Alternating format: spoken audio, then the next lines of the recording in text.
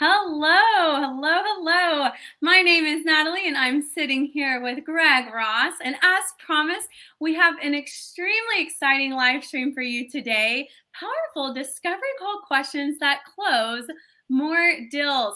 Okay, and Yeah, before we really dive into this, we just have to give it, Greg, you get lots of snaps right now because for those of you who don't know, Greg is over in Ukraine right now. Greg, what are you doing in Ukraine before we even dive into this? hey Natalie, what's up? Good talking to you, and it's good to see you again. So yes, I'm in Ukraine right now, and actually I'm on a trip where I traveled through Istanbul, Turkey. I went to Warsaw, Poland. Now I'm in Ukraine, and I am on the search, on the hunt for some of the world's greatest tech companies. And sometimes that takes you outside of the United States. It's really interesting. So I'm here in Ukraine. It's a war zone. There are missile alert sirens that go off at least once a day, but maybe twice, three times. So it's been kind of a chaotic trip. I'm staying at this beautiful four-star hotel right in the heart of Kiev. The food is amazing. The people are amazing. It's like Kiev, if you've never been, is like Paris or London. It's a very European city. There's 50 restaurants within a 2 mile radius of my hotel that have excellent food, and the exchange rate is really good. For every dollar, it's like 40 grivni, the currency that they have. So you can get amazing shopping done here, amazing food, and it's like 40% of or less of what you would spend in dollars. So I'm having a blast. I've met some amazing tech company CEOs and founders. I'm meeting with about 25 and really talking a lot about value, lots about discovery. So it's a perfect segue into this topic for tonight's LinkedIn Live that we're doing. I love it. Yes. Well, I really appreciate you hopping on and doing this with us. Here it's in the middle of the day. There, it's what time is it there for you right now? Good question. It's almost 10:20 p.m. So that's why the lighting seems a little dark probably. And I'm like in my hotel room with all of my gear. So pardon the lighting, but I promise that the I actually look better in dark lighting, I'm No, discovering. it's So it's more of like a candlelight setting. So this is really special. So for those of yes. you who are tuning in right now, y'all just bear with us as we roll through this. Greg is over in Ukraine right now on a very special trip and taking the time with us to have a very special live call about powerful discovery call questions that close more deals. And so when we're talking about this, we're talking about how to have more meaningful, valuable conversations with your prospects and knowing the questions to ask and how to dig for those certain pain points. And so Greg is really going to shed some really amazing, valuable tips on those important points right there. So to start all of this off, my main question, I think would be a really good place to start, would be how do you ask effective discovery questions that will help you have a more productive call with your prospect? Yeah, this is a really good question because discovery questions are tremendously important, right? As you're working your way through the sales process. If you're a good salesperson, you tend to be a better listener than you are a talker. So part of that is asking really good questions and then letting the prospect tell you what the current situation is, what the pain points are that they're having. And if possible, you want to get them really talking about the pain that they're having. Now, what really helps to make the sale more compelling is if you tie those pain points in with your value propositions for the product or service that you're selling. So the value propositions are really what's important to the prospective customer. They don't wake up in the morning, not in America, not in Ukraine, not in Poland or Turkey, wanting to buy software or services. They wake up in the morning wanting to solve critical business challenges and achieve their major goals and objectives. So by focusing on the value with your questioning and with your conversation, you're really getting into the core of what they're looking to do. And you're telling a story with them as the main character, if that makes sense. Absolutely. So when you say value propositions, let's talk about those for a second and kind of dive deep into that. What are those value propositions? I'm glad you asked. So there's five. There's five of them. These are the value, what I call the pillars of value that you should focus on. Traditionally, there's four, but I've extended it to five to make it a little more clear and simple for salespeople. So the first value proposition: how does your product or service help your customer generate more revenue, make more money, right? So let's put this in the context that the viewers will get the most benefit from. Let's say that we're selling marketing analytics software to enterprise marketing teams, okay? So when we're thinking about how our software can help them drive more revenue, we want to ask questions about their team's current capabilities when it comes to driving revenue. Now, one of the major challenges that marketers have, and you know this, Natalie, very well, is that the chief marketing officer in America has an average lifespan of about 2 years. That's because it's very difficult to prove contribution to revenue for their marketing efforts, right? So if I'm talking to the marketing team, a good question might be, how are you guys currently proving your contribution to revenue with your marketing efforts? How are you connecting the dots between all of these campaigns that you're running and what you guys are doing, what your team is doing? Try not to say you guys. What your team is doing to the revenue that you're producing for the company. And then you just zip it and you let them talk, right? That's going to open up a conversation in that area where you know you have a value pillar. So the value proposition for your offering, in our case, marketing analytics software, is well positioned to lead into a compelling conversation that's going to get them really interested in your software. Oh, I love that. So basically how to make more money and like how to have a system in place for that. That's a huge component. I think that's a pain point that you'll hit home with a lot of people. So what's Yeah. the next one? Yeah. So make more money, drive revenue. That's the first one. The second one is kind of the opposite of the first. How do you help your customers to save money or cost avoidance, right? So, a good example of that might be a question that you would want to ask the enterprise marketing team would be something like this. What's your cost per lead, right? That you're working with, or what's your budget, your annual budget for your marketing efforts, and trying to understand like how they're investing their budget and their money into ways that are driving more revenue for the company. Because usually what happens with software is you add efficiency, you reduce the need for headcount, right? So you can do more with less. It takes less people to run the software versus a bunch of people manually pulling that information. So there's usually some cost savings there when you add efficiency and you can get the job done with fewer people. Oh, absolutely. I bet you catch a lot of eyes and ears when you say, how are you going to make more money with less? And I think you Yeah. really have a lot of people like want to tune in and listen at that point. So, okay. So first one, how to bring in more revenue.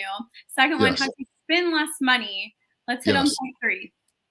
Number three, how are you creating efficiency in the processes that your customers are using? So when it comes to software is a great efficiency gain, right? Usually, the whole point of software is to take a bunch of manual processes that you're doing at the business level and to automate that, right? So, that's really, really helpful for enterprise marketing teams who may be, tracking results of their campaigns in an old Excel spreadsheet, right? For example. Yeah. So some poor sucker has to sit there and type all the information into that spreadsheet, manage it, type in all the formulas and everything. So a very basic form of software might be to automate that spreadsheet and that whole process, right? So that the information flows automatically into your repository of information. You have analytics there. You can view what is really important to you, and you don't have to do a lot of manual data entry, right? So a good question to segue into that would be something like this. How many hours a week does your team spend manually putting data into those spreadsheets, right? And you want to try to get that answer from them so you can start to understand, really quantify how much time you're saving their team. It's huge. I mean, anything that is going to yield more money by spending less time on it. So it's more efficient. And then they're even having to spend less money on top of it. Any questions that you can ask that are really centered around those, I mean, that is going to be so valuable. And that's also going to make them reflect on a lot of like what systems they have in place right now. Yeah, absolutely. Absolutely. Yeah. Okay. So number four then. So number four would be, how are you helping your customers reduce the risk involved in their operations currently?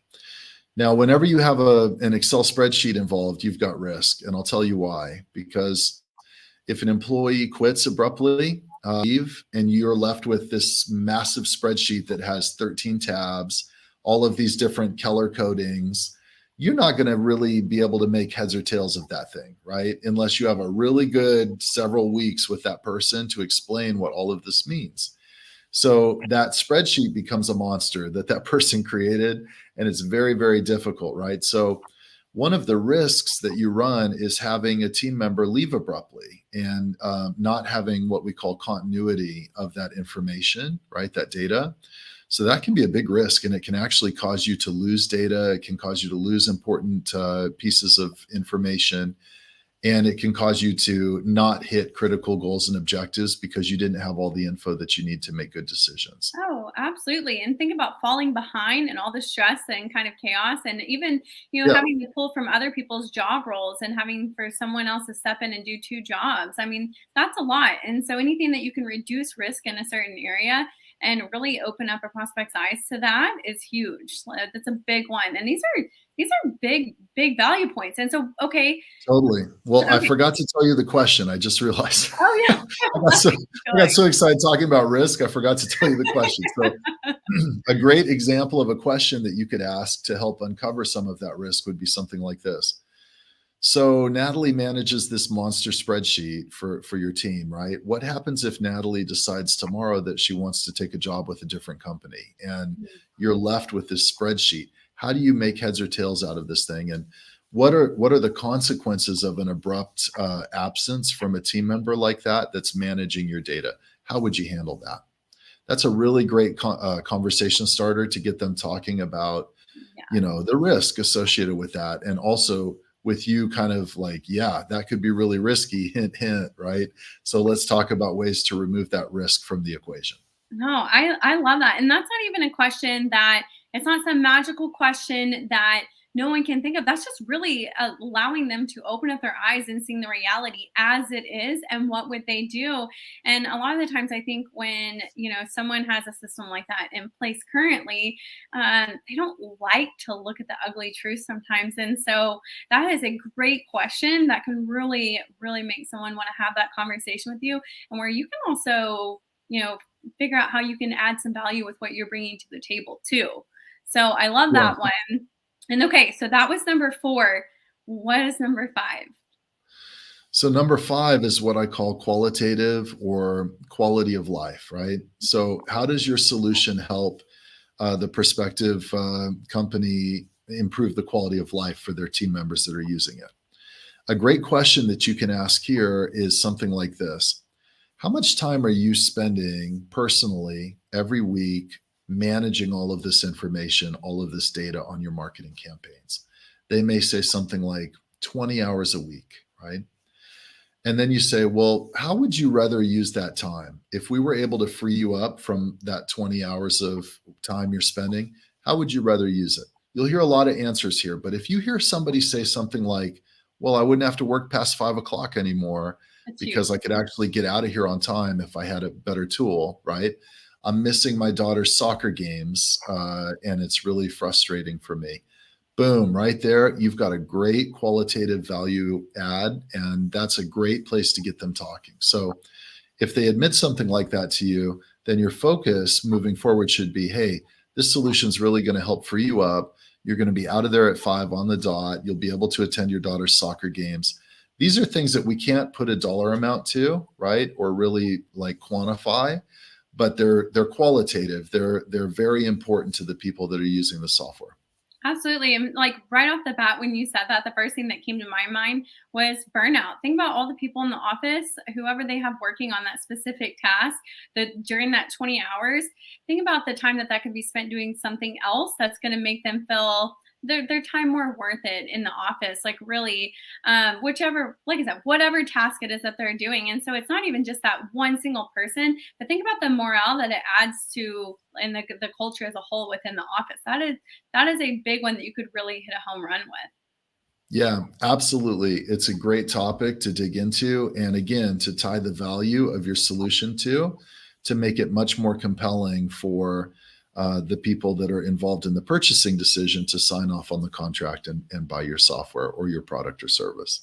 Huge. Okay, those are huge. Like those 5 pillars, those are big time. So I know what I want to feed into next is probably like that's going to be golden, but I really want to again like kind of like if you joined us late, these are the things that we just ran through and you definitely want to make sure that you watch the replay. So we talked about these value points being how to make more money, how to increase revenue, how to do so spending less money and doing so in a more efficient manner, and then also Mhm. reducing the risk. So if someone walks out on you, how can you reduce that where you're not having to pose as many risks with whatever system that you have in place?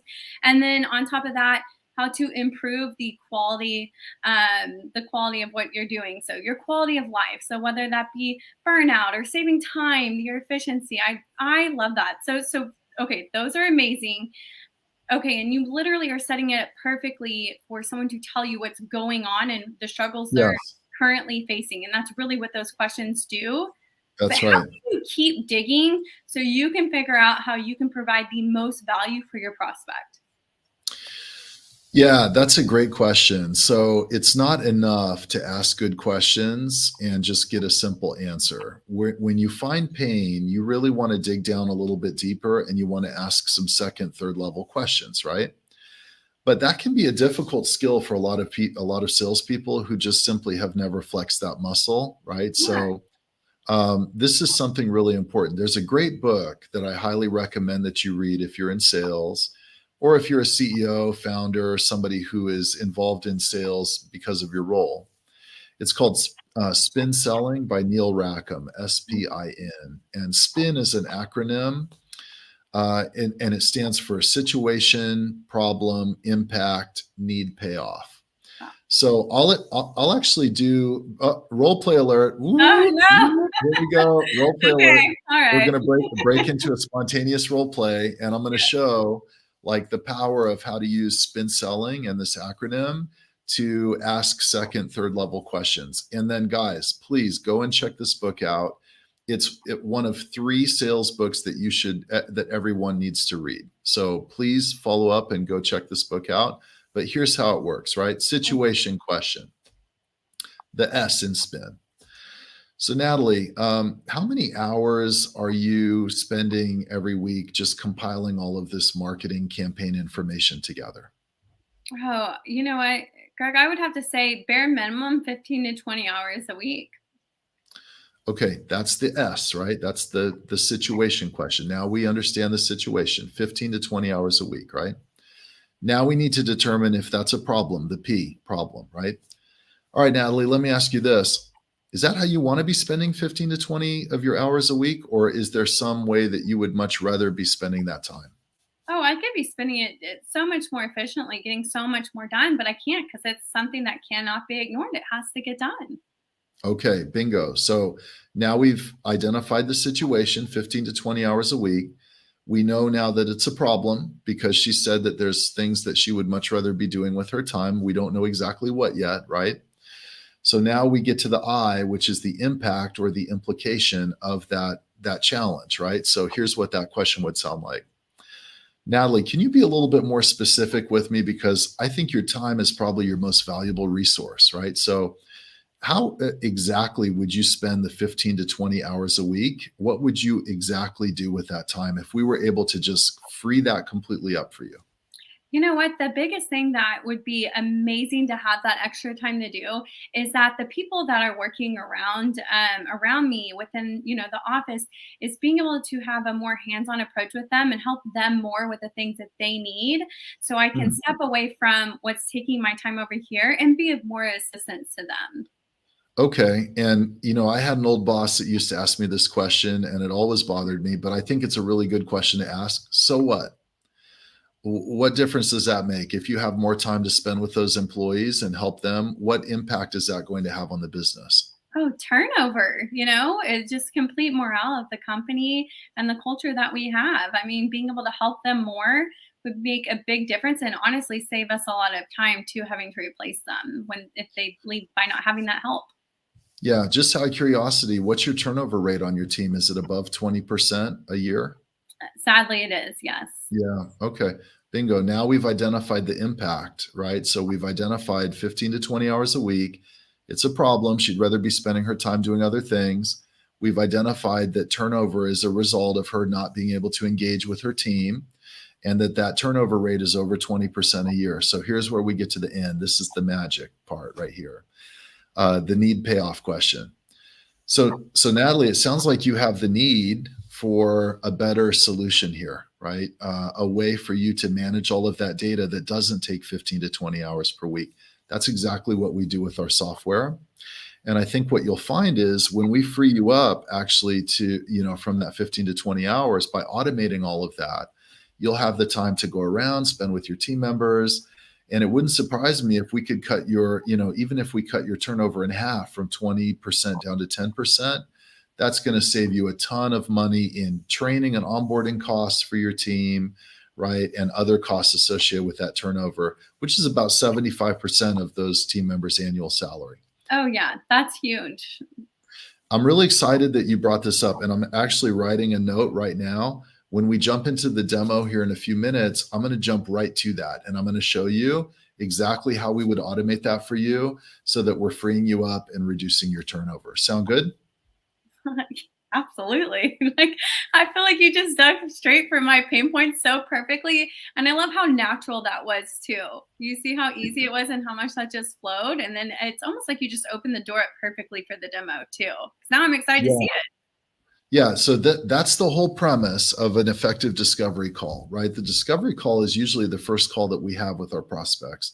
So the whole point is to spin 2 to 3 times during that call. You want to identify a situation, determine if it's a problem, ask about how that problem is impacting their business, and then you want to ask a need payoff question, which gets them saying, remember when I said, what would you think about that? And you're like, that would be great, right? That's the need payoff question. You want them in their own words talking about how great it would be if you were able to solve that for them. If you can do that 2 to 3 times, you've got a deal. You're going to close that deal at a high rate. And it also sets you up for the demo so that instead of giving the blah, blah, blah generic demo that everybody gives, yes, I'm talking about you, salesperson watching this. Now you're giving a strategic demo where you do a recap, right? So Natalie, here's the 3 things you talked about that were most important to you. 1, you talked about how you're spending 15 to 20 hours a week managing all this data and it's causing a lot of turnover. We'll jump into that first and I'll show you how we solve that. 2, you told me that it's a major challenge doing XYZ and this is the impact. We're going to jump in next and I'll show you how we solve that. And finally, you told me this, that, and the other. We're going to jump right to that and I'll show you how we solve that too. And then if we have any time left over, I'll show you the rest of the platform. But that way we make the best use of your time, right? When you recap before the demo like that and you go over those challenges that you uncovered, now you've got a really compelling case for the sale.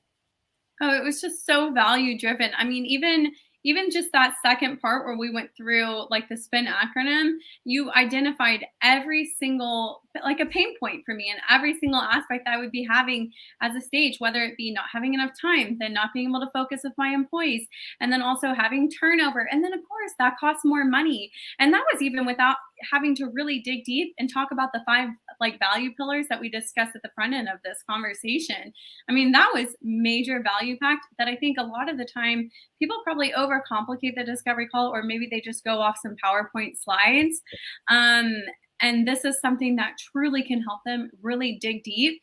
And they're just powerful questions where you're letting them do all the talking and literally tell you where they need you, where you can insert your solution.